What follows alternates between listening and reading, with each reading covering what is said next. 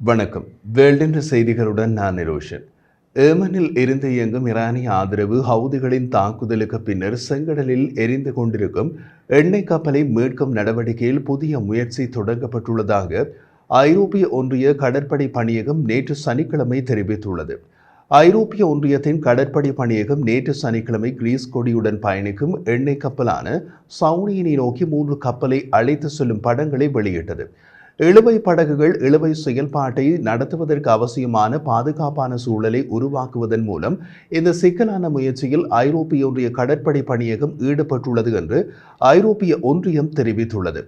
எண்ணெய் கப்பல் கடலில் மூழ்கினால் கடல் நீர் மற்றும் சுற்றுப்புற சூழல் பாதிக்கப்படும் என்பதால் அதிக செலவாகும் இந்த முயற்சியில் ஈடுபட்டுள்ளதாக ஐரோப்பிய ஒன்றியம் தெரிவித்தது.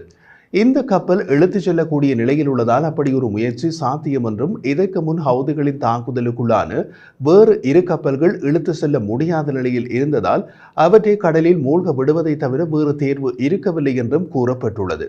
2 மாதங்களுக்கு முன் இந்த கடல் பகுதியில் ஹவுதிகளின் தாக்குதலுக்குள்ளான ஒரு கப்பல் அதில் ஏற்றப்பட்டிருந்த ரசாயன உரத்துடன் மூழ்கியது. அதையடுத்து கடலில் இருந்த உயிரினங்கள் அழிக்கப்பட்டு ஆயிரக்கணக்கான மீன்கள் இறந்த நிலையில் ஏமன் கடற்கரையில் ஒதுங்கின. ஏமனில் தான் ஹவுதிகளும் வாழ்கிறார்கள். அந்த பகுதி கடல் நீர் இப்போது ரசாயனம் கலந்த நிலைமையில் மாசுபட்டுள்ளது.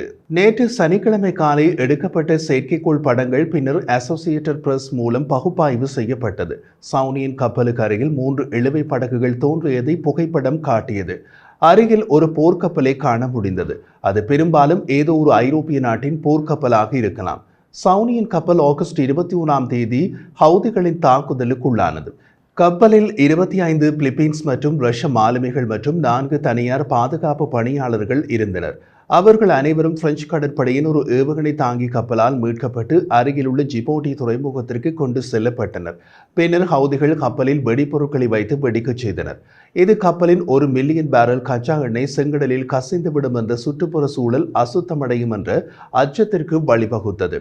காசாவில் போர் அக்டோபர் மாதம் தொடங்கியதிலிருந்து 80க்கும் மேற்பட்ட கப்பல்களை ஏவுகணைகள் மற்றும் ஆளற்ற விமானங்கள் மூலம் ஹவுதிகள் குறிவைத்துள்ளனர். இதுவரை 4 மாலுமிகளை கொன்றுள்ளனர். ஒரு கப்பலை கைப்பற்றி வேறு 2 கப்பல்களை மூழ்கடித்தனர். ஹவுதிகளால் கைப்பற்றப்பட்ட கப்பல் இந்தியாவுக்கு சென்று கொண்டிருந்தது. கப்பலும் மாலுமிகளும் ஹவுதிகளால் ஏமனில் சிறை வைக்கப்பட்டுள்ளனர். மூழ்கிய கப்பல்களில் ஒன்றான டியூட்டர் ஹவுதிகள் அதில் வெடிப்பொருட்களை வைத்த பின்னர் வெடித்து கடலில் மூழ்கியது. ஹவுதிகள் ஏவிய மற்ற ஏவுகணைகள் மற்றும் ஆளற்ற விமானங்கள் செங்கடலில் அமெரிக்கா தலைமையிலான கூட்டணியால் இடைமறைக்கப்பட்டுள்ளன அல்லது அவற்றின் இலக்குகளை அடைய தவறிவிட்டன. காசாவில் ஹமாஸுக்கு எதிரான இஸ்ரேலின் தாக்குதலை நிறுத்த கட்டாயப்படுத்த இஸ்ரேல், அமெரிக்கா அல்லது பிரிட்டன் ஆகியவற்றுடன் இணைக்கப்பட்ட கப்பல்களை குறிவைப்பதாக ஹவுதிகள் கூறுகின்றனர். இருப்பினும் தாக்கப்பட்ட பல கப்பல்கள் ஈரான், சீனா மற்றும் இந்தியாவுக்கு செல்லும் சில கப்பல்கள் உட்பட மோதலுடன் சிறிதளவும் தொடர்பு இல்லாத கப்பல்கள்.